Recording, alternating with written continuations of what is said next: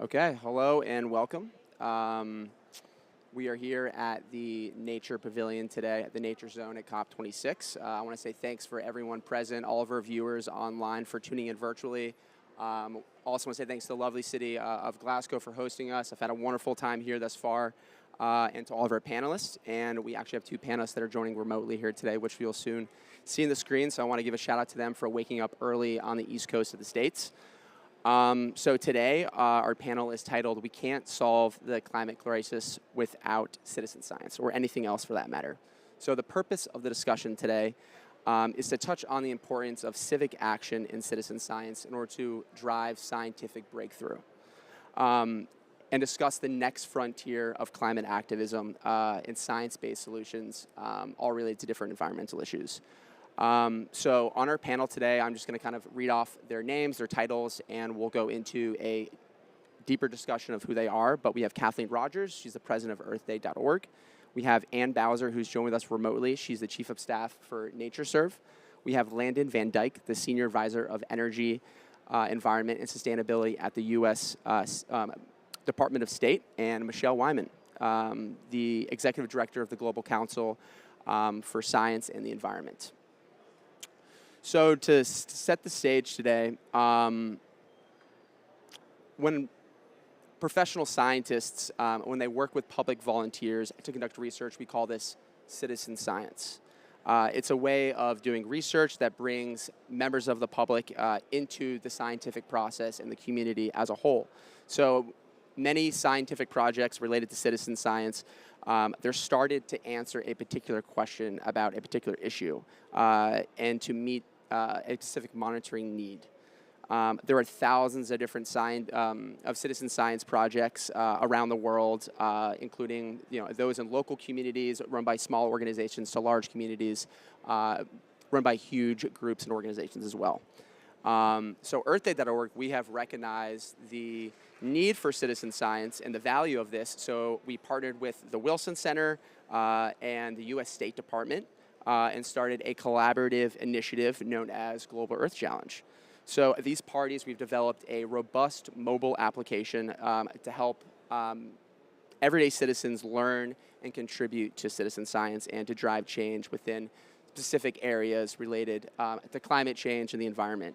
So the major goal here is to strengthen the case for citizen science from the perspective of the public good as a tool for academic research. So this just sort of sets a background of what we're going to be discussing today, and now would be a great time to introduce our panelists and have them give a little bit of spiel about who they are, why they're here at COP, and their involvement with citizen science. We can start with Kathleen Rodgers from Earth Day. Hi, everybody. I think Ann and Landon are on there, but I can't see them. There they are. Hi, Ann. Hi, Landon. Wish you were here. Morning. Looking fabulous as usual. So my name's Kathleen Rodgers. I'm president of earthday.org. Our organization is the one that came out of the first Earth Day in 1970, when really the modern environmental movement was launched by people and for people. It was really focused on health and science and dealing with 150 years of industrial pollutants that were plaguing our country and countries around the world. I came into the organization some years ago with the focus of creating an organization with all the amazing staff that we have to build a more diverse and more active and more educated population. That's the mission of Earth Day. Along the pathway, we met Ann and Landon and other people who convinced us that the 8.2 million scientists, according to UNESCO, that are alive and working today, those researchers, just could not do what needs to be done. And as the world dissolves around us, Earth Day became more and more convinced that not only was there a potential army of citizen scientists out there already working, but there was limitless potential for ordinary people to get involved. Earth Day's component of that is that we want to engage them in citizen science with the extraordinary aptitude and knowledge that Ann and Landon had at State and Wilson Center, and now Ann is at NatureServe, and engage them in some sort of activism. And we'll go back to that later. But Basically, our organization engages about 1 billion people around Earth Day in just about every country around the world. But our mission is to make sure that movement is diverse, educated, and active, and citizen science now plays a major role in that. Thanks, Kathleen. Next, we'll hear from Anne. Anne also has a presentation as well. So, Anne, if you could just quickly introduce yourself, and I'll run through the slides. Sure, thanks for that. I'm Ann Bowser. I'm the Chief of Staff at NatureServe, as Kathleen mentioned. I was previously from the Wilson Center, and some of you may know me from that venue, but I've been at this really fabulous mid-sized nonprofit for about 3 months now. Slides, please. Cool, next slide. Next slide. Thanks to a couple of colleagues, Misty and Gio, for helping pull together some talking points for this presentation. Our mission is a world where people have access to the best data possible about biodiversity. We are a network, and the scientists in our network ask 3 primary questions: what is it, where is it, and how is it doing?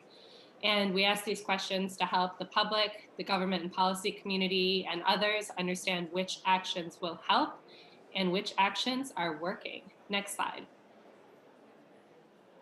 This is just our network at a glance. We came from a grassroots coalition of over 60 data providers, including local government agencies in the United States and Canadian data centers. We have over 1,000 scientists in our network. And also, next slide, we have a pretty big international footprint. We partner with different countries, different academic organizations, different NGOs around the world on leveraging our expertise to impact decision-making through work on identifying good data sets, developing different methods and workflows, and then working with a lot of partners to develop indicators and therefore feed directly into monitoring and assessment processes. We're really happy to be here, and we're here for 2 primary reasons. First, as many as you know, biodiversity change, which is driven from factors ranging from habitat destruction to the spread of invasive species, is one of the most critical and tangible impacts of climate change.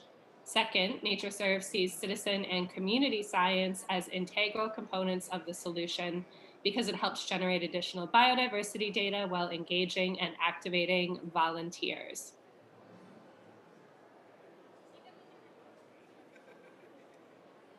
Awesome. Thank you so much for that, Anne.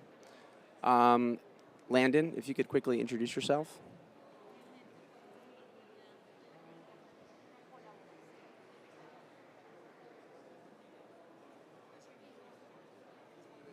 Hey, Landon, you're on mute. If you could please unmute yourself.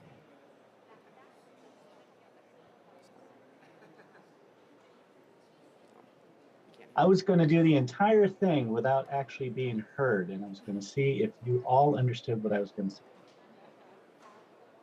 Hi, my name's Landon Van Dyke. Thank you very much for having me. I'm with the U.S. Department of State. Initially, I was one of the people that started out with the greening diplomacy initiative, where we made all of our embassies around the world green and environmentally friendly.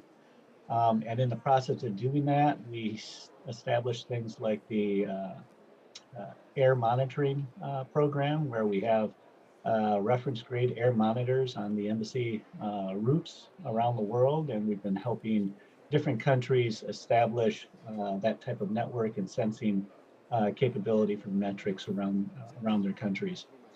In the process of doing that, though, we realized, very similar to what Kathleen was also noting, that there's lots of scientists out there, lots of reference grade data points out there, but the best data points that we could find were the ones that citizens had at their fingertips. And we realized that we needed to be able to tap into that resource and both create a way to engage citizens of different countries, but also give them tools that they could actually tell us what's going on in their neighborhood. And so we teamed up with Earth Day and Kathleen, and eventually we found the Wilson Center, which brought us some scientific rigor. And of course, Ann Bowser over at NatureServe, and we put together a program and hopefully a platform where it can continue to grow. But the idea is to take advantage of everyday citizens and their ability to tell us what's going on in their neighborhoods. So happy to be here. Thank you very much. Thanks, Landon. Appreciate that. Michelle? Yeah, thank you so much for having me and Kathleen for having the Global Council for Science and the Environment here. We are an international nonprofit. We work with over 150 universities in the United States and several dozen more in different countries in the world, very specifically tapping into academic scientists across all disciplines and looking for opportunities where we can capture transdisciplinary and multidisciplinary research and connect that very specifically to decision makers at all levels of government and across sectors. Our mission is to improve the scientific basis of environmental decision making. And we are very much a nonpartisan organization in our approach. And I would kind of have a friendly amendment to what you said, Kathleen. Of the 8 million plus scientists that are in the world, I would not say that they're not meeting the challenge. I would say that they need help. And that's where citizen science comes into play. And many of our scientists in their classrooms are helping to both train and educate folks who are not necessarily going to pursue a career path in science, but they are really advocating and valuing discovery. And they understand the value of sharing and translating their data and what they view and contributing that upstream to scientists and to decision-making processes. So as an organization, we're actively looking for opportunities where we can pair scientists with citizen scientists and really create a pathway and a pipeline of intergenerational citizens around the world that are contributing their knowledge to an iterative process of discovery of evidence-informed decision-making to serve the environment. Thanks so much for having us. Yeah, thanks for coming, Michelle. If we could quickly go back to the slides, I would like to show a video of our partners from National Cleanup Day. So let me just click through them real quick. Hi, I'm Bill. And I'm Steve. We're the founders of National Cleanup Day, and we believe in and work for a cleaner world. Hey, that's good, Bill. And one of the ways to use citizen science is to engage volunteers in cleanups and to understand our environment better. And the application with a map that has been developed by the Earth Day team is an important step towards a cleaner world. That's true. And we really do support citizen science. Yes, we do. You guys have a wonderful day Have there. a wonderful life. Thank you again. We'll see you. Bye. Awesome. Love those guys.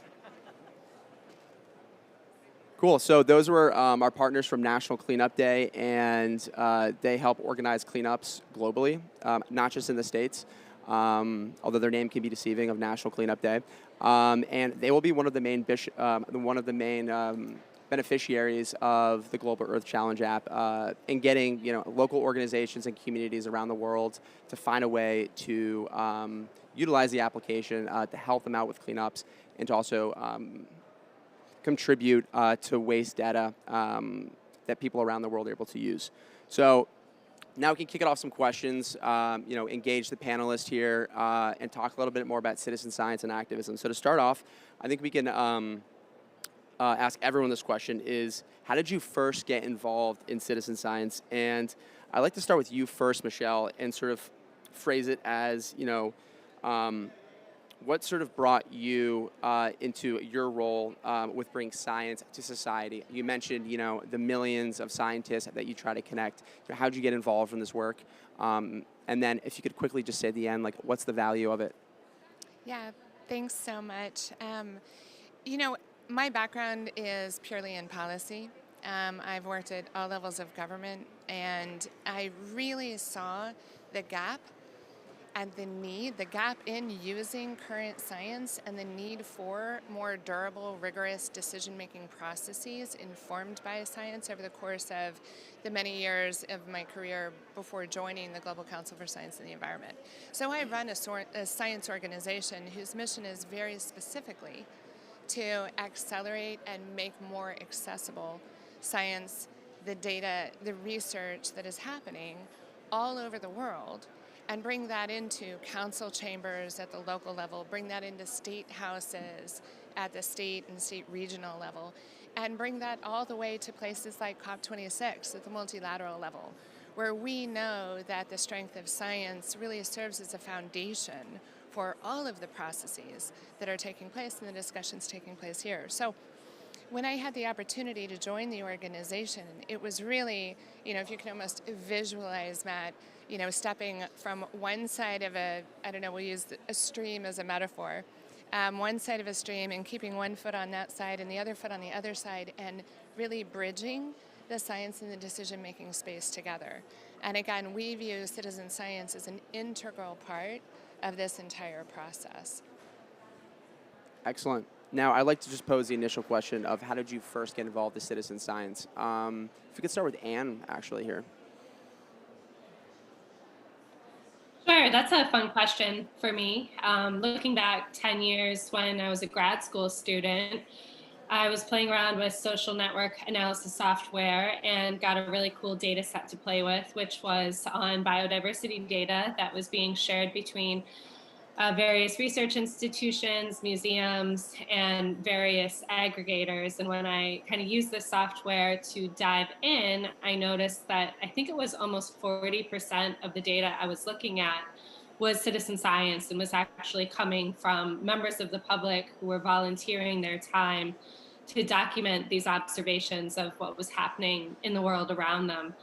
And that just intrigued me so much that I dug in and am still here 10 years later. I'll also note quickly that this isn't unique to biodiversity.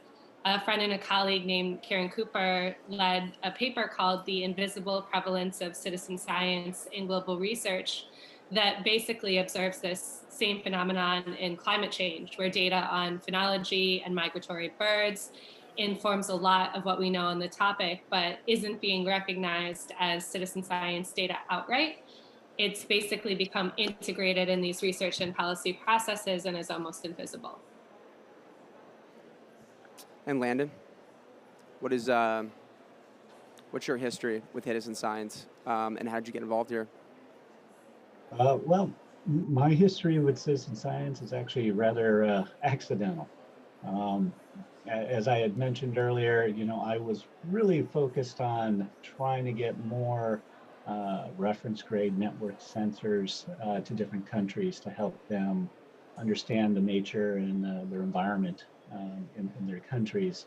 I also realized that I was running out of money and I could not do all of this on our single budget. And I kept asking people, how can we take advantage of other sensors or other data collecting devices? And people kept saying, well, you should really look into more crowdsourcing activities. And I was like, okay, well, I have no idea what that is. And eventually I went to enough of these events where I stumbled upon people like Ann Bowser or Dr. Bowser over at the Wilson Center, who said, actually, you're not really looking for crowdsourcing, you're looking for citizen science. And I was like, oh, what? Tell me more. And so between Anne and Kathleen, it really has been a fun learning curve for me to just discover, what are some of the things that we can do from the U.S. Embassy's perspective to support citizen science and its movement, but also to listen and to communicate their needs at the global stage as well and at the local stage. So really for me, it's just been a fun accidental pathway, which I'm enjoying very much, and we're hoping to continue. Thanks for that, Landon. And as a member of earthday.org, it's been a pleasure working with you, and learning, the ins and outs of citizen science. I'm on my journey right now in terms of, understanding, what citizen science is and, all the positives that can come out of it in terms of engaging, all the environmental activists that I work with. So lastly, Kathleen, I would like to know how you got involved with citizen science. And then if you could just briefly explain, what is the value of it, in terms of you being the president of earthday.org and working with all these organizations, institutions, governments, and most importantly, activists and everyday citizens on the ground? Yeah, I'd like to go back to my original point, which is despite the fact that we have 8 million scientists in the world, they're very, very engaged in specific projects that are either of interest to them or funded by someone, and all of that science that they're doing, let's say most of it, is incredibly important. But again, the need for data, which I learned intensively from Anne and Landon, is one of the most important reasons why Earth Day became involved in citizen science. My background, both as a litigator and as someone who worked on regulations, I knew that governments, corporation puts out lots of data that scientists put together, but quite often it's either not relevant to a power plant project or it's not relevant to a change in the way oceans or rivers flow. And so citizens who are on the ground, who are smart, motivated by their location, by their attachment to land or to issues, are as important, their observations, as Anne said, to the very often narrow work that citizens in my community are called upon to research.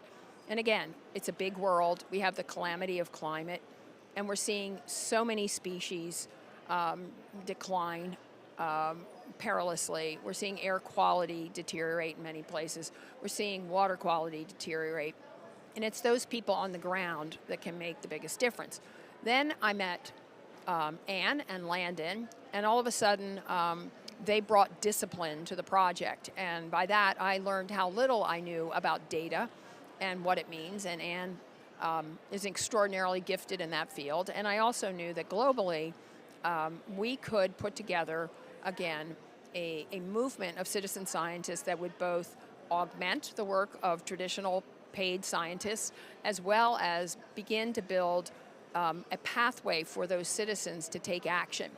So if you take a photo of a species, you're given an action to do. There's a direct correlation between the activity of being a citizen scientist, and we've all probably in school been asked to be citizen scientists, testing our local water, going out in the field as part of our high school biology class, but there was never a connection between what you were observing or writing about and what that meant from either a political point of view or a regulatory view or any other point of view. And so what Earth Day brought to this project, very carefully, because lots of the world doesn't want to become political around science data.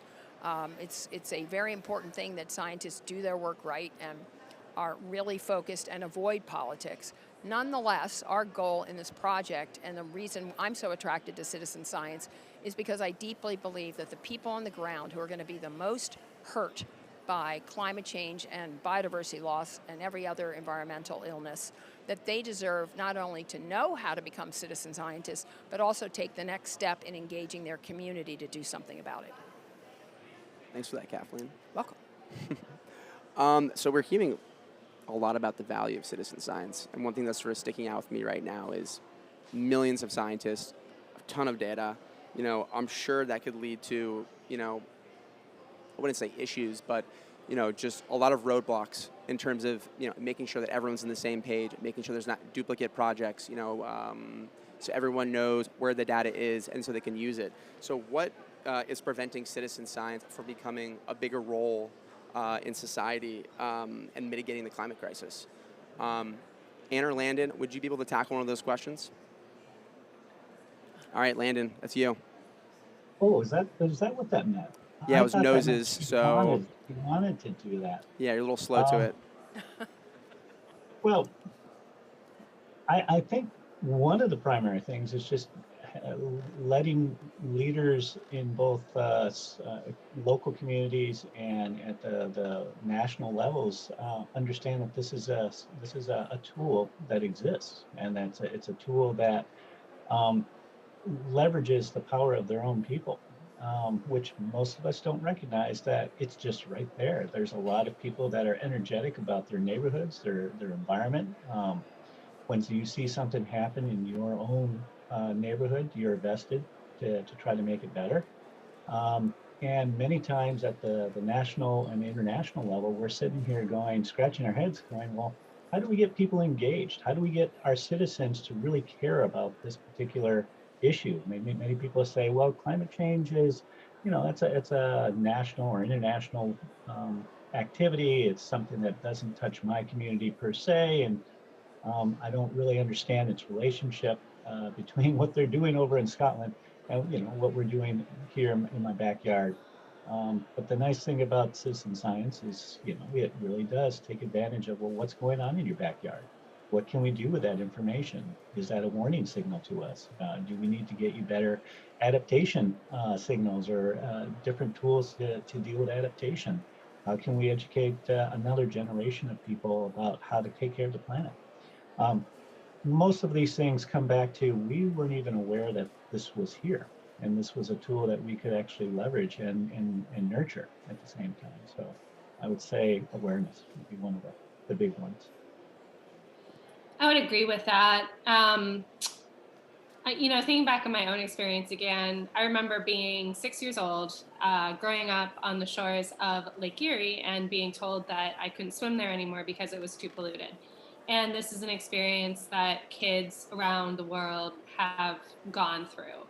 A lot of citizen science happens in local communities. This is a lot of why I think Kathleen and earthday.org are so invested in this movement. It's about looking at what's in your backyard and using science as a tool to at least monitor, if not mitigate, some of the challenges that you're seeing. And then some point on the other end, we have all of these citizen science data from these really local processes that's showing up in national and global assessments and especially policy processes. And I think the primary challenge is kind of bridging those two avenues towards impact. How do we let the local people who are using a mobile app in their backyard or wondering about their water quality understand that not only what they're doing and the contributions that they can make can impact decision making at local levels, but are also impacting indirectly national and even global decision making processes? Sometimes that feedback loop doesn't exist, but that feedback loop is really important because one of the biggest opportunities around citizen science is transparency. And as Michelle said, developing these more durable decision-making processes that increase alignment between the general public and the policy community. Do you two have anything to add to this? No, I think, what I've learned about data from Anne, who's an extraordinary resource and partner, is that it's a bit of a cautionary tale. And I can tell you from my own experience working with them that while I was chasing around bees to take photos of that are part of our app, my photography skills left something to be desired. And so I recognize that the data, and I'd love Anne and Landon to talk about this, or Michelle, I recognize that the data that citizen scientists collect, whether it's a fifth grader on a project or somebody like me in my backyard, needs that kind of those tools so that the data can be interpreted, they can become valuable to scientists and regulators and policymakers. And so it's more of a question than an answer. But what I do know is that there's a huge amount of work that Anne's doing, that state's doing, and other parties to take that data and make it and refine it and make it available both in its massive form, but also to drive it down so that it's usable by scientists or by policymakers. And I'd love Anne and Landon, or Anne or Landon, to tell us how that happens, because again, we're hoping at Earth Day, and we've been producing data through the app that we collectively put together. But again, I'm an amateur, maybe less than an amateur. And so I think the question of data and the analysis, I've always been stunned by both of their knowledge of what we can do with that data, how AI and other mechanisms can help, and how what I might produce might actually be of some value. And so there's that kind of relationship to data is something that I've learned a little bit about, but they are the experts. I can take that first since I made Landon lead off on the last question. I love that image of you in this field, Kathleen, looking for some bees to photograph. That's a great example of citizen science in the context of biodiversity. And there's the challenge of taking a picture of a bee that's not really, cooperating and standing still, and you're afraid that it's going to sting you. But also, what kind of bee is it? another major challenge in citizen science is figuring out the right role of volunteers and when it's appropriate to bring professionals into the process. And this is something that NatureServe is thinking a lot about. At some point, someone, and in our case, it's often a member of one of the 60 programs that comprise our core North American network, needs to help validate sort of what is being seen by the Kathleens of the world, identify it if it's a bee or another biodiversity observation, and then kind of create that loop for it to become more valuable in different types of research and decision-making processes. So that partnership between the public and the research and policy community is a major component of the answer, I think, and is really key to the process of what makes citizen science work. Excellent. Yeah, and we actually do have a question set that's going to speak a little bit more on the policy side of things and how citizen science is able to influence that. I would like to go back a little bit. So I keep hearing about taking pictures of bees in this application. Landon and Kathleen, if you guys could kindly explain to all of our viewers in the audience today, what are the goals of this Global Earth Challenge application, and maybe a little bit more, of what it is. Landon, you want to start? Sure. Well, the goal behind the app was to come up with a way that we can engage citizens around. I mean, that's from our perspective, at least from the State Department, where our role is to help understand the stories of citizens around the world and share our story as well. Getting a tool in someone's hands where they can both contribute their story, tell data about what's going on around them, enable us to take that data and put it into a format which is interoperable for the science community, that the science community can take it and say, okay, we understand what you're talking about here, and we understand what time units and names and what fields you're generating for data sources, and we can work with that.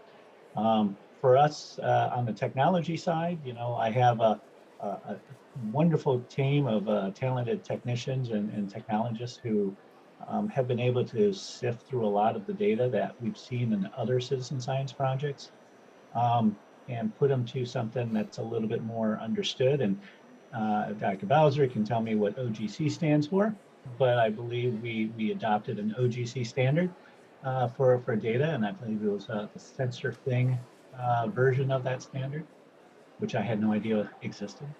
But being able to have people in in countries or in neighborhoods where, and for us, of course, I always go back to air quality because I got a soft place for it in my heart. A reference grade monitor for us is truly expensive to put out in the field. Anywhere between about $100,000 US to put a reference grade monitor somewhere. What we wanted to be able to do was say, hey, well, if I don't have $100,000 US, how can I understand how impactful the air is in my neighborhood? And so I started talking to a lot of our data scientists, and they said, well, we could probably create some correlations between the reference grade data and visual data that you can collect from a phone or from a photo. And it's the red, yellow, green waves, the light waves that you can get off of that. It's not actually the photo itself, it's the waves. And I was like, oh, that's very interesting how you do that. And basically said, you just need a lot of people to take photos of the sky and ensure that we understand what the reference grade data looks like when they take that. And then we can make some correlations. You can get a little bit of machine learning thrown in there and improve your algorithm. And you might be able to enable people that don't have all of that resource to still get a better perspective on what the conditions are and the environmental conditions are by just using their phone. And we said, this is a great idea. And so that's really, from my unit's perspective, it really is about giving the tools to citizens to both make their lives better, but also be better informed about the environment, be more engaged and aware of what's going on around them, and then contribute at a global scale, which most of us never feel like we can. You know, we're very fortunate in Scotland here. Many people here are being able to pitch in, but there's many people at home right now which, you know, are not there and they want to contribute. And so this was a tool for us to do that. Kathleen, similar question, but I would love to hear the value of Global Earth Challenge and the link towards climate education and action. Thanks. So obviously with, you know, 1 billion people knowing about or being educated by or taking part in Earth Day, it's a giant opportunity to engage people. Now they're already engaged in cleanups. We have an app. The app has a widget for that. But they're also can be engaged in lots of other science projects as they're out doing an Earth Day event or a cleanup or tree planting, whatever it is they're doing. And so we wanted to use the app, which is now in the in the app stores everywhere, and still going through constant updating. We wanted to make that part of Earth Day because we wanted to turn that many people into citizen scientists, and we also wanted to add, again, a very mild stepping stone towards taking some kind of action, letting them know that there's a way to contribute by taking an environmental citizen science action and also being able to feel like they've contributed to the solution. Obviously, we work with people year-round, and the potential for this is enormous. So in many cases, we're developing MOUs with countries or education systems to get all of their schools or all of their students involved. We had an MOU for the 50th anniversary, which, as you know, was curtailed by 50th anniversary of Earth Day was curtailed by COVID. And so we're back at the process signing MOUs with large organizations to have children and college students and others participate in this. So we really see that as, again, 3 steps: doing something for the science community, which is desperately needed, information's desperately needed, giving them the opportunity to learn something, so the app has educational materials on it, and lastly, taking an action. So for us, it's going in the right direction. It's science-based, which we all know is critically important in a world full of misinformation. It provides information to the scientists who are the real heroes of this movement. Earth Day was built on science. All these organizations were built on science. That's what made the people protest, was this information about air quality and water quality. So this is all part of a continuum.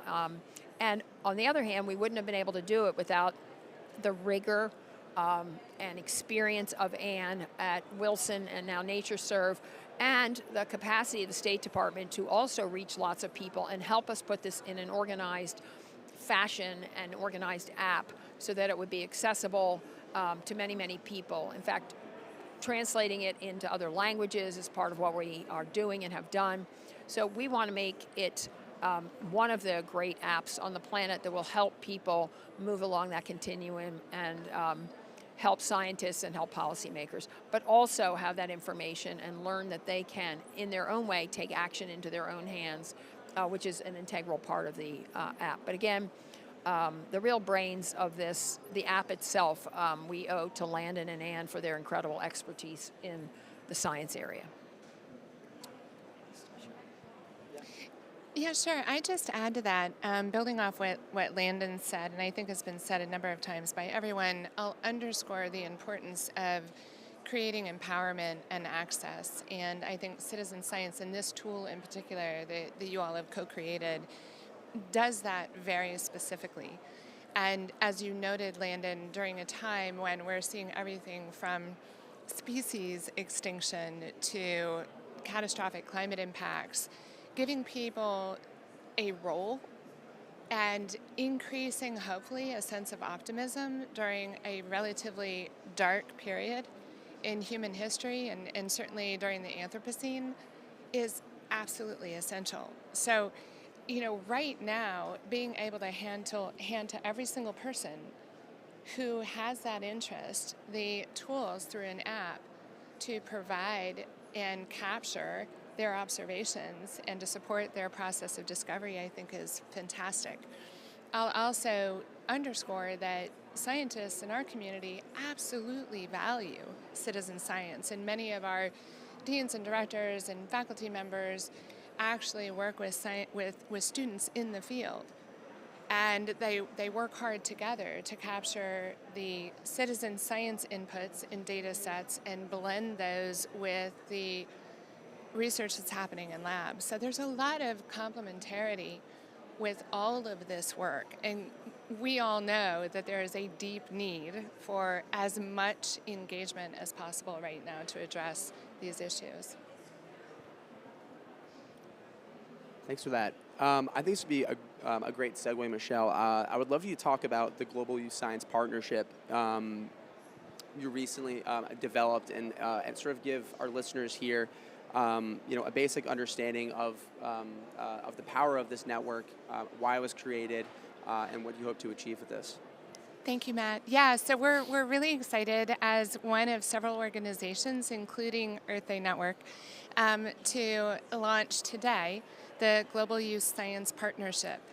And this partnership is inspired by and predicated on a recognized need for scientists in particular to make their science more accessible, more usable, again, in boardrooms, in council chambers, in state houses, and in multilateral venues, and also to harness and capture and support the extraordinary leadership coming out of the youth climate activist movement, and also to support youth activists across all environmental concerns, whether it's biodiversity, resource scarcity. So the idea is essentially to take a page out of modern matchmaking, internet dating, to simplify it, where we are pairing scientists with youth activists and youth citizens who will work together in a bilateral relationship, be committed to one another, support each other in a common discipline,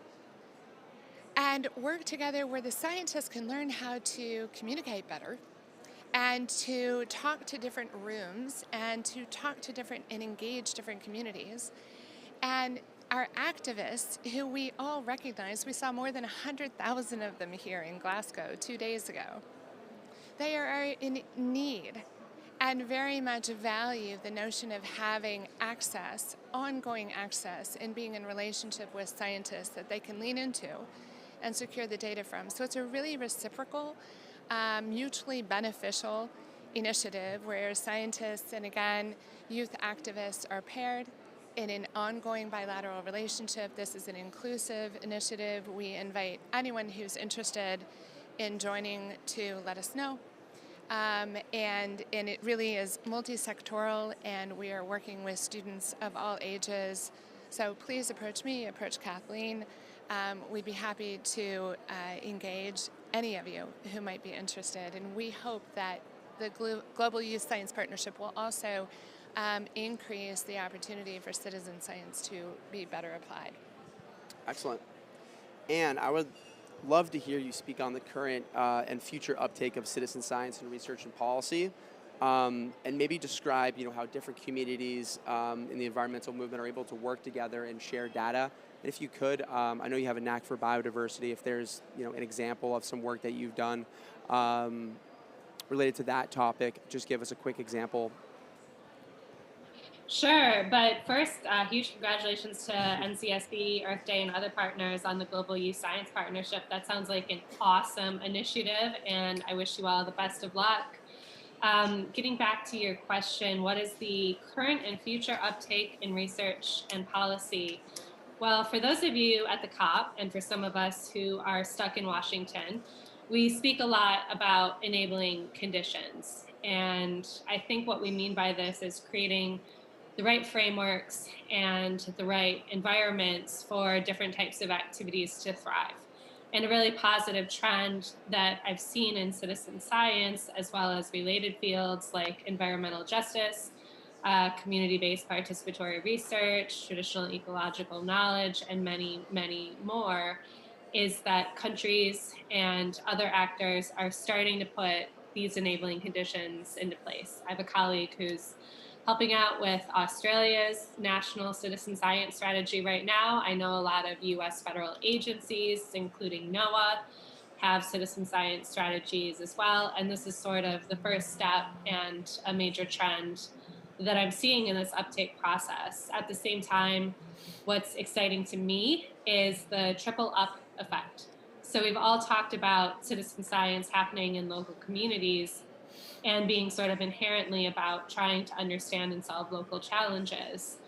That's why uptake initially at the local decision-making level is so important, and something that happens in the US through EPA, for example, where citizen science data comes in through the regions, through the NatureServe network of biodiversity data providers, is that it's these local touch points that are being successful in engagement, being successful in brokering partnerships with the general public, and then their data is trickling up into these national and global processes. So that's the second major exciting trend that I'm seeing. Thanks for that, Anne. Hey, Landon, I don't want to ask you too much here, but I would love to go back to the open and interoperable data. Are you able just to give us a brief idea of how to, make this more accessible for the general public and how we can increase this? Well, sure. So all of the data that we actually collect, and we're actually working with other citizen science groups and programs as well to use their data. It gets meshed together in this huge system of scripts in the cloud, where we put it in an OGC standard, and then we make it available, and I'll get technical here. We make it available in an API format where scientists can go to that particular site and just grab the data in different frequencies.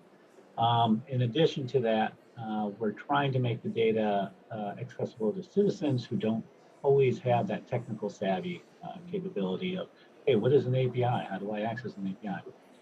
So we do have what we consider a GUI interface where we're partnered with Esri to use their platform to put the data in a format which everyday citizens can go to it. They can actually see what the data looks like, play around with the data a little bit, and actually do their own analytics if they really so choose. So we're trying to make sure that we have the technology and the data at a level where it's accessible to everybody. If you really want to run this through a quantum computer, yeah, we can get you the data in that format.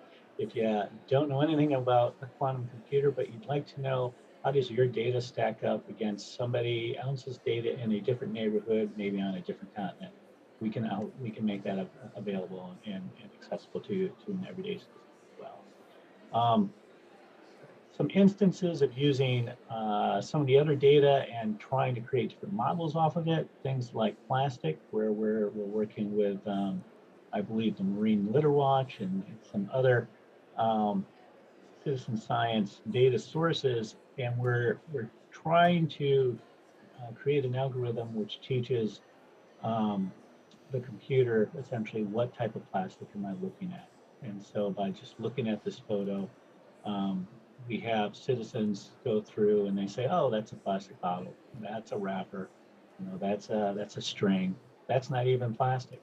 And as they do that, the back end, the algorithm, the machine learning is going, okay, now I know what a plastic bottle looks like. And with all of the different photos that we have of plastic bottles, the computer pretty much can say, hey, from every angle of that plastic bottle, I pretty much understand that's a plastic bottle.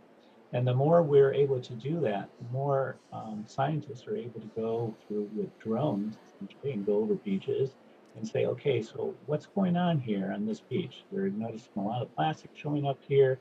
What type of plastic are we looking at? So we can identify source and we can start to actually stop this type of thing from occurring. All of the things that we're doing right now within the app, and we're taking other people's data and making it accessible to citizens to make it even more useful. All of that still goes back to the science and hopefully a solution. And so that's where we're teaming up across the planet with different organizations that can use the algorithms we're creating, the data that we're generating, and actually make an impact.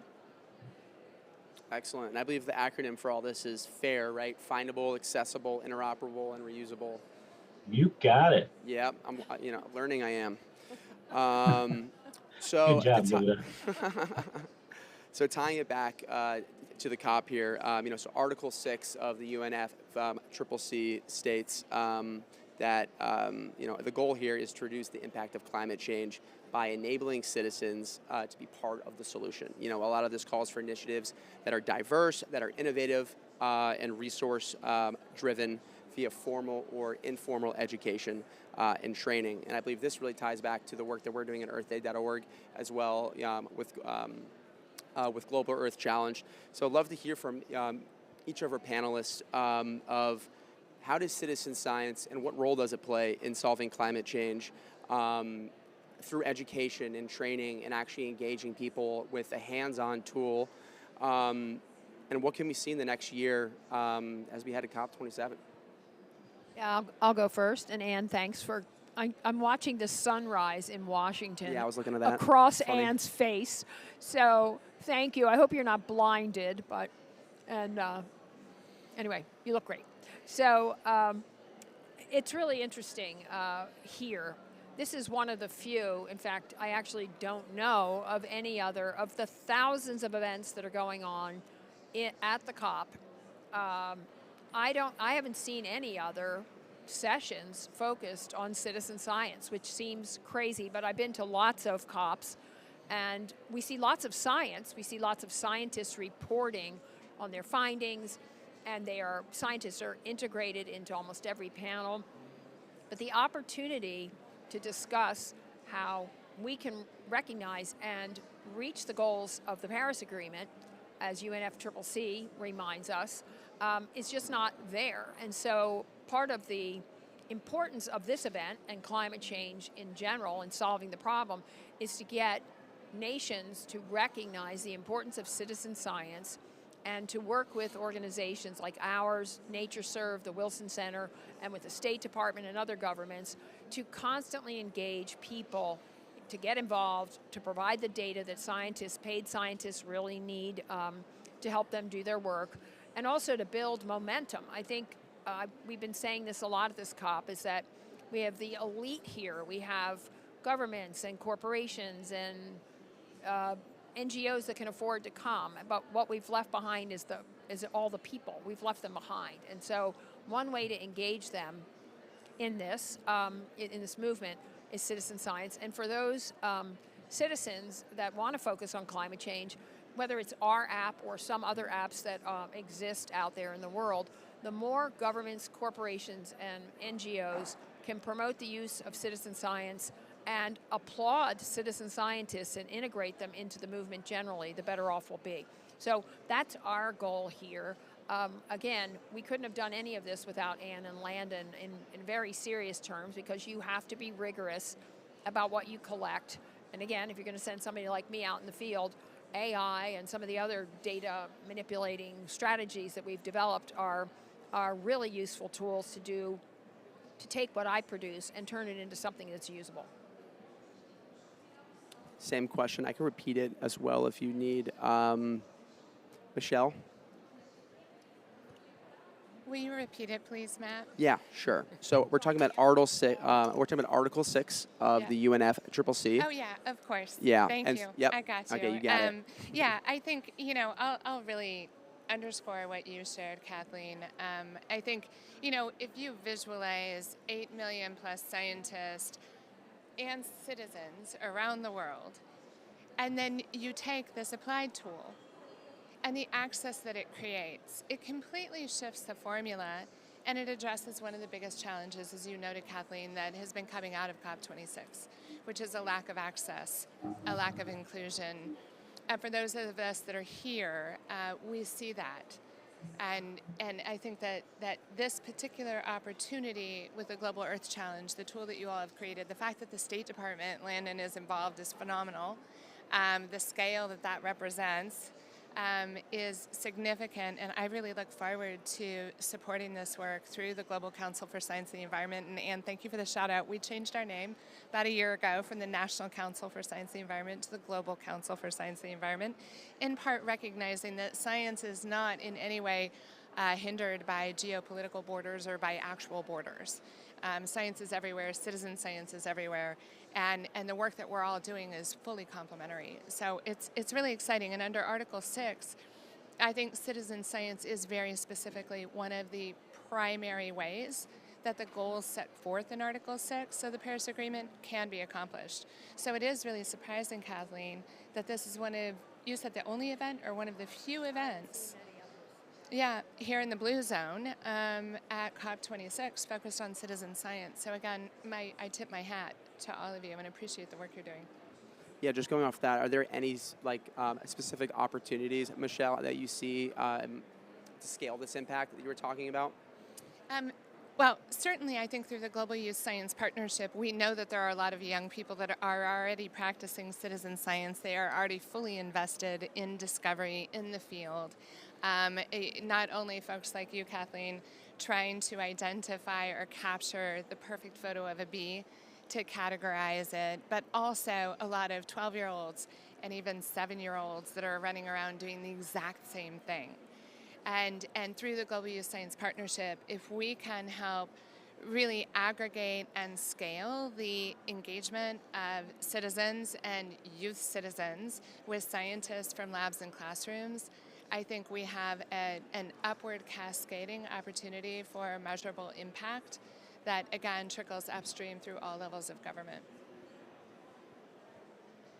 Thanks, Michelle. Landon and Anne, I know you're currently in Washington, D.C., but would love to hear your perspective on what can come next in terms of, Article 6 and the role that citizen science can play in terms of educating, our youth and everyday citizens. And what are your sort of hopes for the next year? I know that's not the longest time frame, but No, it's not. And I'll throw this over to Ann. No, I'm just kidding. I'll take this one first, Ann. There you go. Just in terms of the app, I wouldn't just focus on Article 6. I'd probably look at 12 as well, which talks about education and engagement with citizens. And some of the things that we've already put in this app, we're about to wrap it with all of this wonderful gamification goodness, which makes it really engaging for the younger generation. When they pick up the app, they want to continue doing this.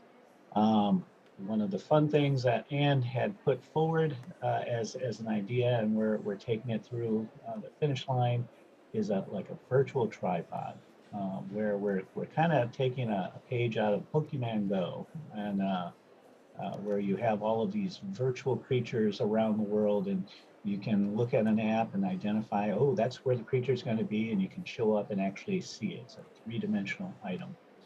And one of the things that we were recognizing with this app is that we want it to continue to grow. We want it to always have a use for other studies. And so we've broken it into things like functionally. Does it capture data? How do we capture this data? We can capture it through photos, we can capture it through sensors.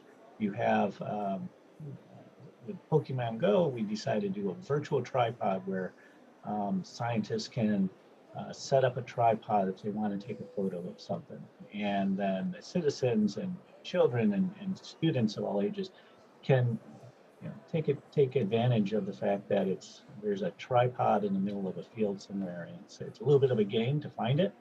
When you arrive there, you get to actually walk around that tripod and virtually see it with your app. But then you can actually use that tripod to take that photo that scientist needed you to take, and it will be more precise and more in line with what they were looking to try to get or capture. Those are the type of things that we're trying to build into the app to make it engaging. But there are other things that Earth Day has put into the app, which are more along the lines of, did you know this event is happening here? Did you know in your particular neck of the woods, there is legislation being done on plastic? Did you know that you could sign a petition for X, Y, and Z in your area? And so being able to wrap that into one um, tool where people can feel, okay, I'm not only engaged, I am contributing, but I'm also learning what else can I do, and take that step a little bit further. Um, that's a tool for engagement. That's a tool for empowerment. And so looking at Article 6 and Article 12, those are the type of things that we're really trying to do here. And I can see as more and more people get into the show and they say, hey, this is a really great tool. We should probably do something like this. And then they use their innovation and take off. I can see a lot of great things over the next year. So I'm very optimistic. So there you go, Matt.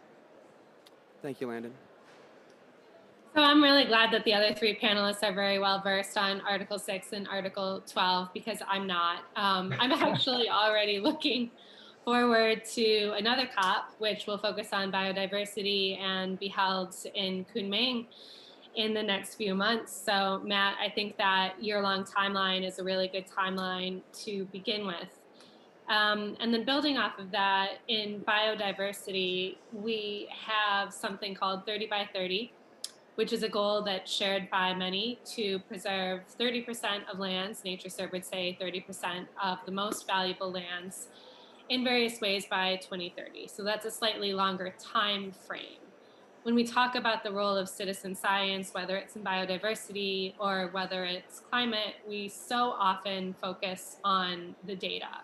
But actually making a difference and delivering on any of these big policy initiatives, whether in climate or biodiversity, also requires engagement on unprecedented scales and also requires voluntary action, including for biodiversity from private landowners, other sorts of voluntary commitments, and a lot of voluntary action, which Kathleen and her team can tell you about to counter the climate crisis. So that to me is kind of the major role that citizen science can play in these high-level policy processes and these sort of driving goal-oriented behaviors, is not just contributing the data, but actually engaging people to care more and take concrete action to solve the problems that we're seeing. Yeah, going back to policy, I think we have about 10 more minutes left, and I do want to leave some time for questions, but I think this would be a good last question. Are there any hopes that we can see that citizen science is able to influence policy and science in general too, coming out of this COP and some of the initiatives that all of our organizations are working on? Sort of yes and no. From my perspective, it's a difficult problem. Governments want to see science. They want it to be rigorous. They want it to be absolutely foolproof, 100% correct, or they're not going to. 95% or 98% of the world's scientists all acknowledging that climate change is caused by human beings and is drastically impacting all of us has not been enough for some countries. So we recognize the need for hardcore science, verified science, to play a major role, because that's what governments, corporations, and others, sometimes that's what they hide behind, and sometimes it's what they rely on. However, again, citizen science for all of us here, again, going back to the initial remarks that we all made, which is they can't do it alone. And so citizen scientists provide not just backup, but actually, in many cases, in many of the citizen science projects, like the one in particular Landon and Ann developed with us, is intended to be rigorous, is intended to provide background information and materials enough so that governments can take action. So again, I'd love more recognition of citizen science generally. It's hidden, but I also want governments to be aware that citizen scientists, once they are knowledgeable, will be formidable and will be active. And so if we can all work, not just Earth Day, not just everyone here, but rely on citizen science projects that actually have that little policy push, that little activism, I think it'll go a long way in changing how governments react and think about climate change and what the solutions are. And I saw you were going to unmute yourself right at the beginning. Love to hear what you have to Kathleen say said if it there's better. anything. Yeah. She I never couldn't she agree never more. says that. So Yeah, I think I think that citizen science is already being used in a lot of policy processes from a monitoring perspective. And what we need to do is make the link explicit and also bring in that what you can do component that Kathleen spoke very eloquently about. Excellent. Any, all right, I think we're going to move on to questions just for time's sake. Do we have any questions from the audience here, any of our online viewers? Happy to hand you over the mic. I have a question. You have a question? Yeah, Let's hear it. I have a question. This has always stumped me. This is for Ann and Landon. I just want to ask them both to take a couple minutes and talk about the open source data component of the app. I know that the background for this, and we're generating data from citizen scientists, but part of this project was always creating a platform where lots of data could go. And I wonder if you could both just explain it to them, because they're doing an amazing job of putting huge numbers of data sets on the platform to make it available to people and other scientists. So maybe you could quickly explain that. We go to Anne? No? You're the I mean, queen I of can this. jump in. I can jump into the technology side where, you know, it's been a fun struggle and activity to try to make sure that as we're collecting all of this data, we're not getting locked into a particular platform. That this is truly an open source activity with an open source platform, and that the data is freely accessed, and there's no restrictions to it.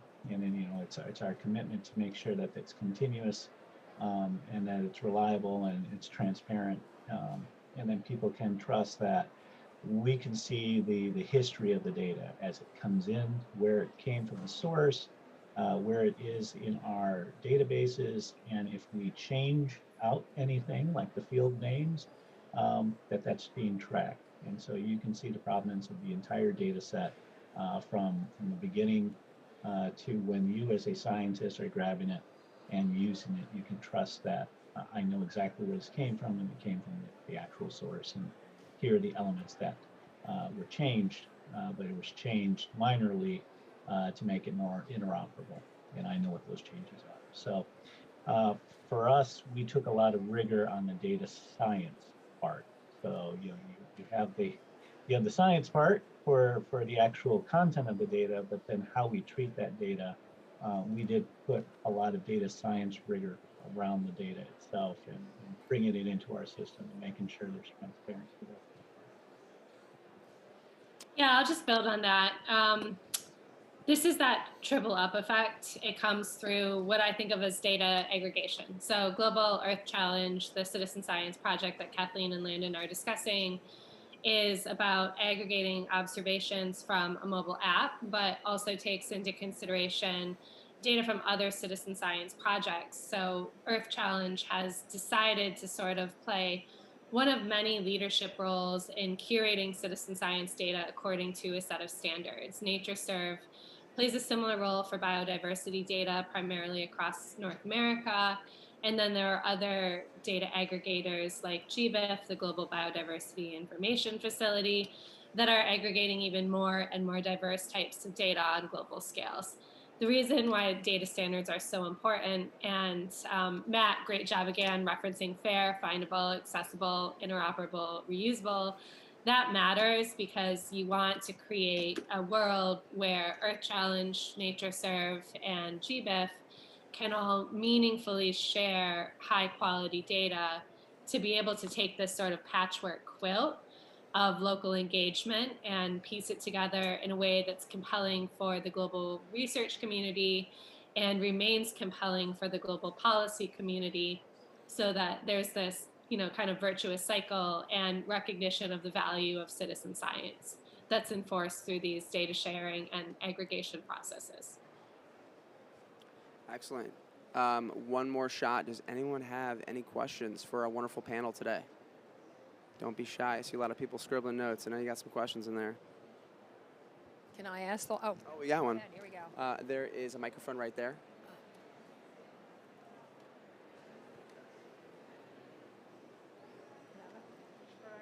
So thank you very much.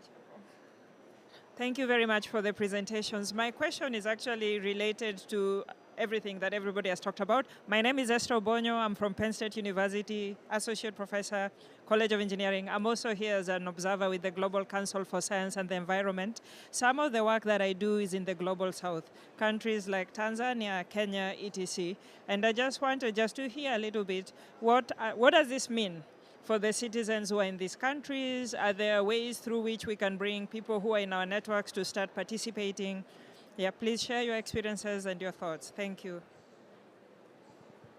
I can answer a little bit. Again, with the design and thoughtfulness of Anne and Landon and their institutions, I've had the opportunity to travel around many countries in the Global South, signing MOUs with student organizations, with universities and colleges and K through 12 schools, and working with governments. So I've been in many countries pitching the app. In fact, Anne and I were in Kenya together. It feels like a long time ago, when the app, I think, was just barely off the ground. And that our purpose there was to let people know that this app would be available. It was ever developing, and that it had that little extra component of encouraging citizens to become educated. So when you do the bee app, it'll tell you, did you know this about bees? But more important, it might ask you, depending on the country, to take an action that might be relevant. Those things are really hard to update.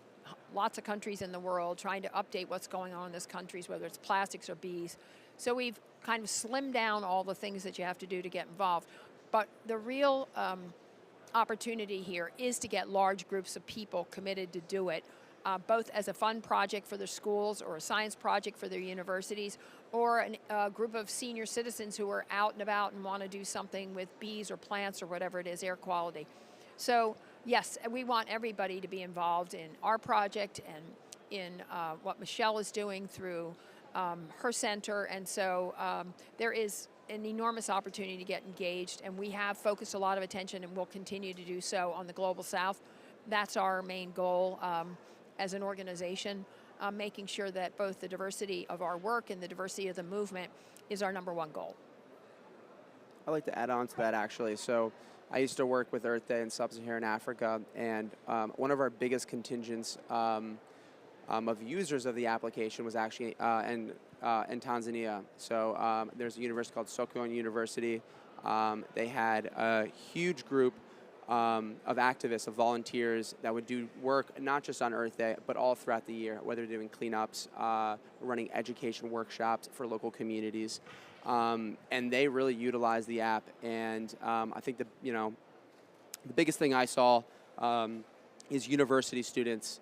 They are always on their mobile phones for one.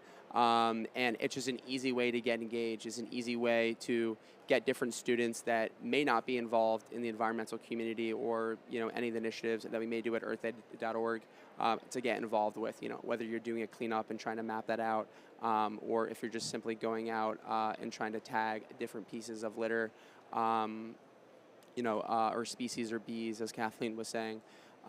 So if you are interested in getting involved, especially in Sub-Saharan Africa, I'd love to talk to you after the panel. But yeah, I think the youth are definitely the ones, at least, that will utilize a platform like Global Earth Challenge. I essentially equate it to Pokemon Go, but for citizen science and the environment. Yeah. I would also just kind of put in there that it's ever expanding. We built it so that it could continue to grow and adapt to the need of citizens. And any studies, any projects that they want to put forward, it's built so that it can adapt to it and we can add on. And so as we speak right now, there's a team going through the code of the existing beta right now, looking for hiccups in the code But at the same time, we've also instructed them to make sure that there were ways for new projects to be onboarded within that code, so it's not shut permanently once we push out the new version. It's always intended to work with different projects and different studies that are coming out. So please let us know, and we can make room. Excellent. Hate to cut time, but we are officially out of it. So I want to thank all of our wonderful panelists today, Anne, Landon, Michelle, and Kathleen. It was a pleasure having you on today, and I hope all of our listeners that are tuning in live and here in the audience were able to get something out of this, and feel free to chat with us after the program today. So thank you so much. Thanks, everyone. Thank you. Thanks, guys. Appreciate you waking up early.